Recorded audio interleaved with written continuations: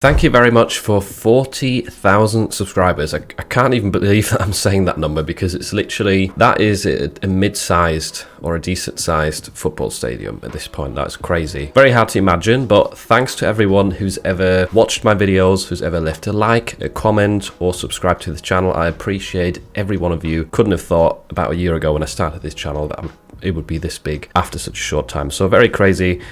Still trying to process that. But in this video, I thought I would do a Q&A. I asked people on my YouTube community page as well as in the print-on-demand Discord server. And that is linked in the description. You can join it for free. We've got a big community of over 2,000 people there now, and you can ask questions. You'll get answers from anyone else that can help, or sometimes I'll reply as well. Or you can just message me directly as well through that server if you wanted to. And by the way, for anyone who wants some freebies as a thank you for helping me reach 40,000 subscribers, I do have a specific page. I will link it in the top of the description where you can download various different free print-on-demand resources. There is some textures in there. There is certain graphics like vintage sunsets, rainbows, decorative elements. There is mockups. I've also added a prompt guide recently from Midjourney to help you generate better t-shirt designs. So there's something there for everyone, and you can download it totally for free. So check that out via the link at the top of the description if you're interested. So Radsheet said asks, what are the best strategies for finding POD trends except research tools? So there is a few different ways to do this. If you're looking at Amazon merch, one sort of old-fashioned way of doing it is literally just going in, looking for t-shirts or funny t-shirts, something like that, searching that, and then ordering the search results in terms of newest arrivals, because then you will see very recently posted designs first. And if you keep scrolling through this, you will occasionally see a design that's already got a BSR. So that means it's been posted probably today or maybe yesterday, and it's already started to sell. So that is one sort of old school manual way of identifying trends. That doesn't mean all of the designs that have sold that quickly are necessarily a trend, but it can often be an indication for a trend. Also, Google Trends is a big one here. I don't know if you would consider that a research tool. I mean, it is free and it's not necessarily a print-on-demand research tool, but that is one thing you can use. Producta actually has some Google Trend sections built in that show you like current daily trends. So that is really handy if in case you've got an Amazon merch account. Install Producta and check that out within your dashboard. And yeah, besides that, I mean, watching the news, I personally don't do it. I'm not a big fan of the news, but if you're looking for like trends that you want to be really early to, then you might often find them on the news. But one thing to consider there is it's often controversial political topics or maybe human tragedy stuff that you see in the news, which isn't necessarily safe, especially on Amazon. And the human tragedy stuff especially, I wouldn't even start to sell any designs related to it. Political things are fine on most platforms, but Amazon can be a bit funny with that, so be careful. But yeah, watching the news, keeping up to date with some news alerts on your phone maybe is a way to potentially get in early on certain trends and be ahead of the curve.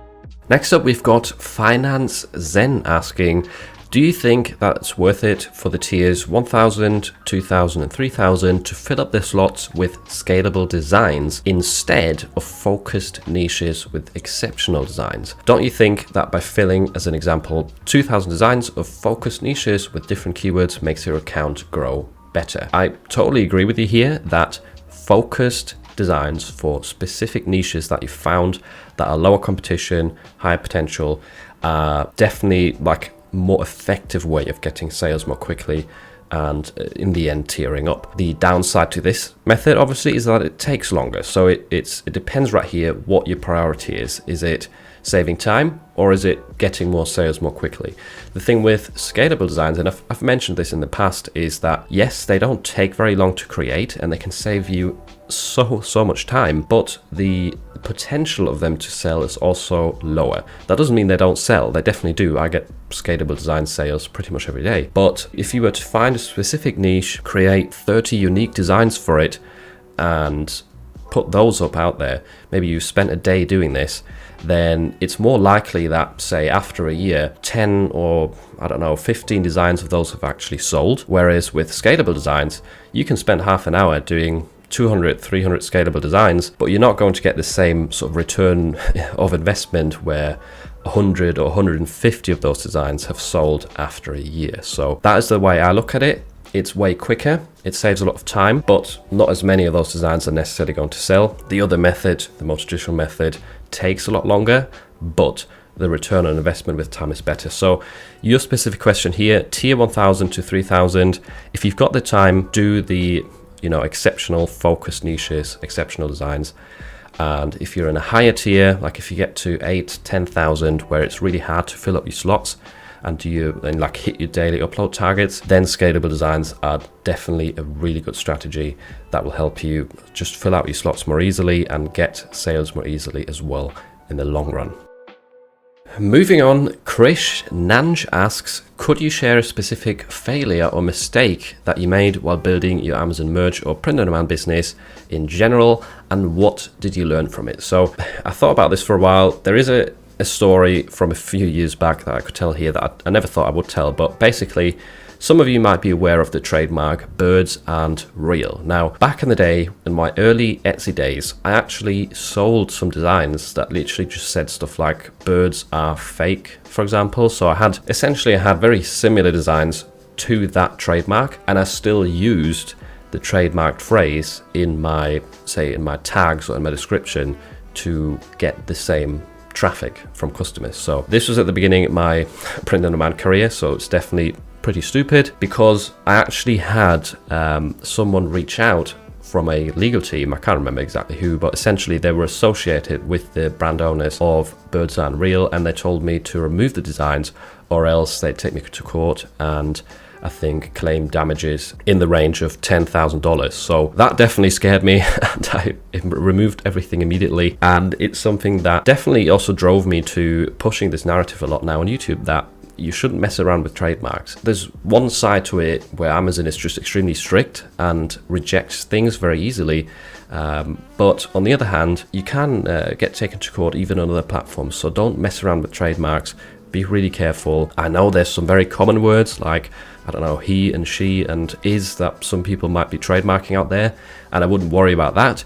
But something like Birds Aren't Real, like a very specific trademark, just ignore it. It's not worth the hassle. It could come back on you.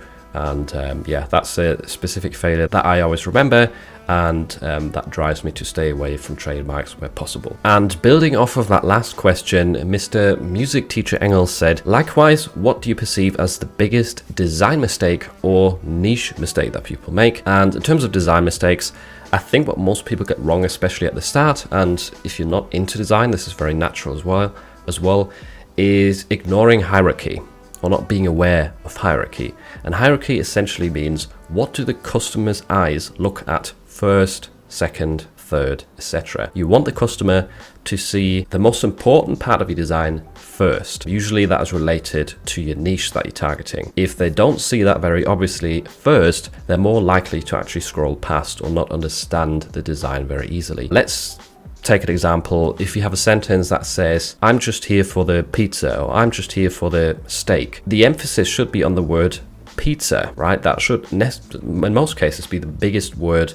You should also have, ideally, a big pizza graphic on there. The other words, I'm just here for the, they're not very important. They can be smaller and be the third thing that people look at. You might have a customer scrolling past, they see the word pizza, then they see a nice pizza graphic, and then they read the rest of the sentence. You don't want to have the other words very big and pizza to be very small, because then the focus will be on, I'm just here, for example. That might be a big word in your design, and customers looking for a pizza design are not going to be interested in the word here. So be aware of your hierarchy. Make sure that the important words are the ones that stand out to customers, and same with the graphics. In terms of niche mistakes, this is one I've mentioned quite a few times in the past. It's just choosing highly competitive niches. So if you're starting out, you might see, oh, gaming designs sell really well. I like gaming. Let's put up a few designs into the gaming niche. And especially if you're a beginner, you're going to make your life really difficult. You have to find low competition niches, and don't just jump onto the most obvious things. Like even with holiday trends, if a holiday trend is coming up, some of the most obvious sub niches are going to be things like unicorns, gaming, teachers, stuff like that. So that is oftentimes the stuff that is too competitive, especially for beginners, to stand out in. Niche mistake is do more research, find lower competition sub-niches or niches in general. Raven Grady asks, if you're designing t-shirt mockups, what size file should you offer to the customer? 2000 by 2000, 4000 by 4000, what would you recommend? And in this case, I might not be the best person to give you an answer here because I actually don't sell any t-shirt mockups. I'm guessing you mean digital downloads. And what I would say though is, in most places where I have bought mockups or downloaded them, they're usually around the 2000 mark. And it makes sense because most marketplaces, that's what they want you to upload, around the 2000 by 2000 pixel mark. And if most mockups are being viewed on a phone screen or on a like a medium size PC screen probably. So that file dimension size of 2000 by 2000 is going to be way enough to have a high quality image. Obviously the higher the quality, the better. There's nothing wrong with offering higher quality, but if you're concerned about file size and that sort of stuff in terms of megabytes, then I think sticking to the 2000 mark is definitely way enough. Is it possible to create licensed content designs with Midjourney? For example, if you have the license for a brand, let's say a sports team or a player or a brand, will Midjourney be able to create designs for merchandise? Now, if you actually have a license, then in some cases Midjourney might be able to help you, but I don't think it necessarily works with celebrities. From my experience at least, these AI generators, they usually have a hard time, or maybe they're not even allowed to copy celebrities' faces, so you'd probably struggle with that. I don't necessarily do that very much, so I can't give you a good answer. I usually stick to normal t-shirt designs, but I do know that movie characters seem to come out quite well. Like, I'm just thinking about Darth Vader, for example. So if you had a Star Wars license somehow, then yeah, you might be able to generate some art for that. But again, if I think on further, I have generated some Star Wars art just for fun, and usually a lot of the characters, especially the human characters with human actors behind them, they don't look very accurate to the film character.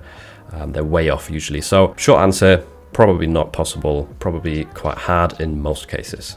Adrian asks, how do you get your store to show up on the search results in Teepublic? And this is definitely a big mystery question that a lot of people have, and there's no concrete answer to it, unfortunately. Now, QnA or Detour Shirts actually made a really good video about this topic, which I always recommend to people, so make sure to check that out. I'll try to leave a link in the description because it gives you some tips, such as having a completely filled out storefront with nice designs, with a nice banner, links to your social media, have a description for your store, all of that stuff. Essentially, a lot of the things that they want artisan sellers to have, or what qualifies you as an artisan seller, which is their new tier system. So there's apprentice and artisan. Artisan is the higher rank, and they have some guidance on this, what you need to qualify as an artisan tier. So those are the things that are going to help you get found in search results, I believe. But I want to give you some hope, because just because your designs don't show up in search doesn't mean they can't sell. And this has been proven by many people. It's happened to me, it's happened to QnA. He's literally shown it in multiple videos now, where he's got designs, or there would be people that have designs, they get sales, but when you search the exact title of this design or various keywords that are in the title, if you search them on Teepublic, that design doesn't even show up. So how's it getting sales then? Well, maybe, perhaps, and this is just a theory, customers see different search results. Like, just because your search results don't show your design doesn't necessarily mean that customers have the exact same search results. It can definitely differ from person to person, from location to location. Also, like off-site marketing, maybe they get found, your designs get found through Google as well, or other things, other marketing strategies that Teepublic uses. So don't worry about them not showing up as much. It is still possible to get sales. Obviously, it's frustrating. I mean, one thing is emailing the customer support of Teepublic, which they don't really reply very often, unfortunately, but it is still worth a try. But besides that, please check out QnA's video. He did a really good job of explaining that, way better than I could. So yeah, definitely worth checking out if this is something you're struggling with. Skodry Light asks, can I get approved on Teepublic with just Canva and Kittl Designs? My account got rejected, which I'm guessing you mean it was suspended soon after you opened it, even though I have a banner, profile picture, album, and over 100 designs. Are my designs maybe too bad? So I don't know exactly why that happened to you. It is unfortunately quite common that Teepublic accounts get suspended without any proper reasoning, especially brand new shops. You can sometimes get them back by emailing support, but it could also be due to some sort of copyright infringement, intellectual property infringement. That is still a possibility. Obviously, I don't know your exact designs. I'm not saying that you did that, but in many cases, they just randomly suspend accounts and there's no clear reason as to why. So I don't think your designs are necessarily too bad. I'm sorry to hear that that your shop was rejected or suspended, but yeah, I would recommend reaching out to Teepublic. If they don't respond, open a new shop with a different strategy. Don't upload as many designs at first. Maybe only upload your best ones and see if the store keeps running. And if you're having no luck on this site, just go somewhere else. Teepublic and Redbubble are making it really hard for new sellers to get started on their platform at the moment, so it's not necessarily the best way to start print on demand right now. Go look somewhere else, Amazon, Etsy, Spreadshirt. There is various other options. Your second question is, do you make sales on small platforms like Tossadora, Shirty, etc.? And I actually recorded a video about this just recently, going over various platforms, including smaller ones, and what I think the potential is, or how many sales I'm getting there myself. Tossadora does really well for me, and again, this is different from person to person. Doesn't necessarily mean you will do well on it. Maybe you will do really well on a platform where I really suck, like Society6. I barely get any sales, but I'm sure people get a lot of sales there as well. So Tossadora, yeah, that's quite a good one for me, surprisingly, because I don't get a lot of traffic.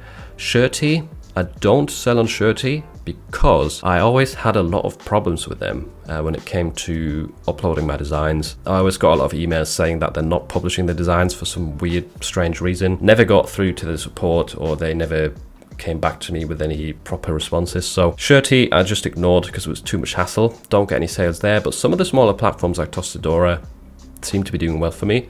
So it's worth testing them out for your designs, because you never know. You might be struggling on sites like Redbubble, Teepublic right now, but maybe if you just put some energy into some other lesser known sites, you could do really well. So always worth a try. Can you show us your manners with ads in order to prepare for an upcoming event? I can show that, but it's not really that interesting, I would say. I can just sum it up for you. I've recently created some designs specifically aimed at July the 4th, and all I really did is put them into an auto campaign, like just 1 or 2 designs per auto campaign, and turn the bids quite high. So usually I would start my bids at maybe 25 to 45 cents, something around that range, depending on the niche. But in this case, I started quite high with like 65, 75 cents for the bid, in order to, and I started this a few weeks ago, in order to rank these July the 4th designs ahead of time. And they're getting regular sales now. I've also priced them a bit lower. So they're not priced at $19.99. They were priced at $13.99 at first, and now they're at like $17.99-ish. So I'm not really running at a profit. The clicks or cost per click is quite high. The royalties are not necessarily very good, but essentially the goal is to get a ranking, to also find some search terms that are doing really well and place them into a manual campaign, or product targets. That could also be a good thing. So if you're getting search terms that get a really good ACOS or multiple sales, put them into a manual campaign. That way you have some more control over the bids. So that is essentially the strategy. And then once the peak sort of happens for that holiday, for that event, say a week before or 2 weeks before, increase the price of your product that's selling to $19.99, whatever. You can turn down the bids as well, but that is probably going to also cause a decrease in sales, because bids are going to be the highest when the peak is happening, and then you'll still got organic sales, don't get me wrong, if you've built your rank ahead of time. But yeah, you definitely need to burn a little bit of money in front of the trend to have an easier time getting sales when the trend actually hits. So that's my strategy. I hope that helps you, and yeah, just test it out if you have the budget. Tilo asks, is it advisable to start your own store using Wix or Shopify and link it with a POD service, or is it better to go the Redbubble Teepublic route as a beginner? Now, the second half of the question, Redbubble Teepublic route, I already kind of answered that before. Not ideal for beginners anymore, because those platforms are making it really hard for beginners to actually get anywhere. So I wouldn't recommend those, but I get what you mean. You mean, should I do my own independent website, or should I go somewhere to a marketplace that already has existing traffic and makes life easier? Because you don't have to pay for the printing and everything. In my opinion, especially as a beginner, that is the easier route. Going to a marketplace that's already established, where you get organic traffic and the printing is outsourced. That's definitely my advice, because it's going to make you learn things easier at the start. Starting a Shopify store is definitely still a good option, but it helps having marketing experience, because you're going to struggle getting any traffic whatsoever.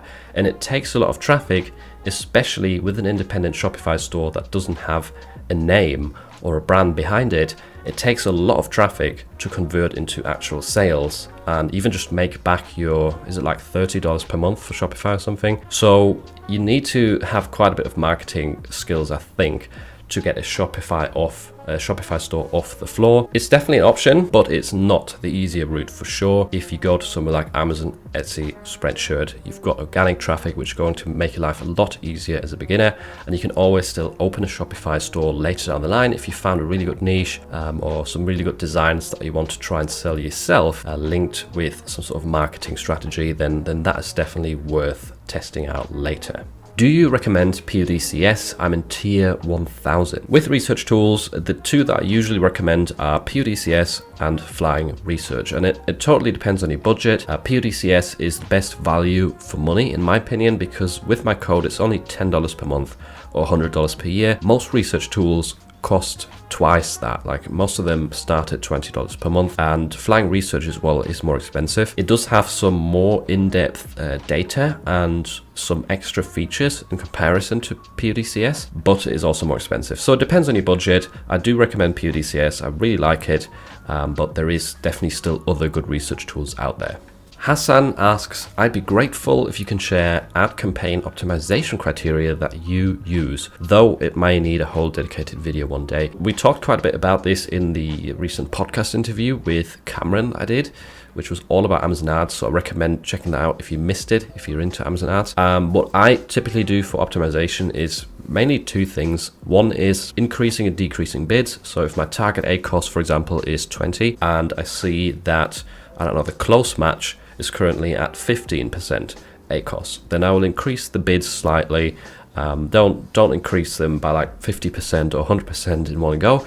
Make it smaller increments. On the contrary, if there is a specific target, whether it is a product target, a search term, a keyword target, or once again, if it's something like close match, substitutes, if there is an ACoS that's really high, 40, 50, 60%, and I want that to be lowered, just decrease the bids. That is how you want to optimize on a regular basis to make sure that your target ACoS is being met. And the second thing that you want to do is add negative keywords for things that aren't performing. You get the search term reports, and you might find that your auto campaign, for example, is getting a lot of clicks for a specific search term and never gets any sales. So you want to add that to your negative keywords then, so it stops wasting money on that specific search term. Cameron's suggestion here was 20 clicks. Once it reaches that threshold without any sales, turn it off. It's not worth it. If it's only gotten 2 or 3 clicks without a sale, that's fine. That's completely normal. Give it some more time. But yeah, those are the main things really in terms of optimization.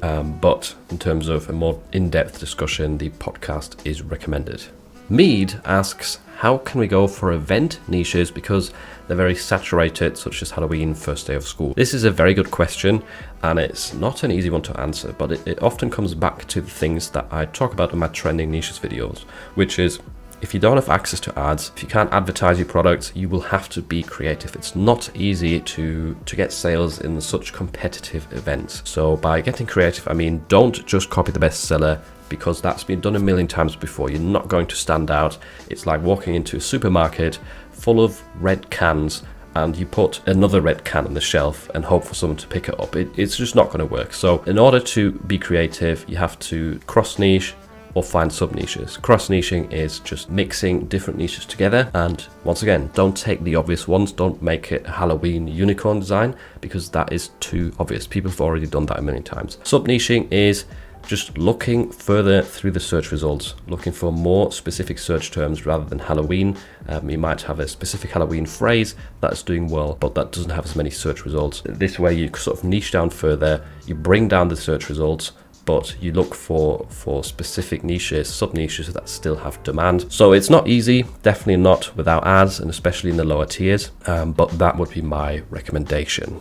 Igor asks, do you have any ideas how to generate text-based t-shirt designs using AI? Example, you provide the text and the AI provides combinations of different fonts, colors, etc. So this, as far as I'm aware, is not possible yet. AI has a hard time actually putting together proper words. Letters sometimes turn out great, that's not the issue, but language is complicated, and forming proper words apparently, well, artificial intelligence is not really achievable yet. It might be in the future. I could definitely see it being achievable, but at the moment, as far as I'm aware, you cannot do this.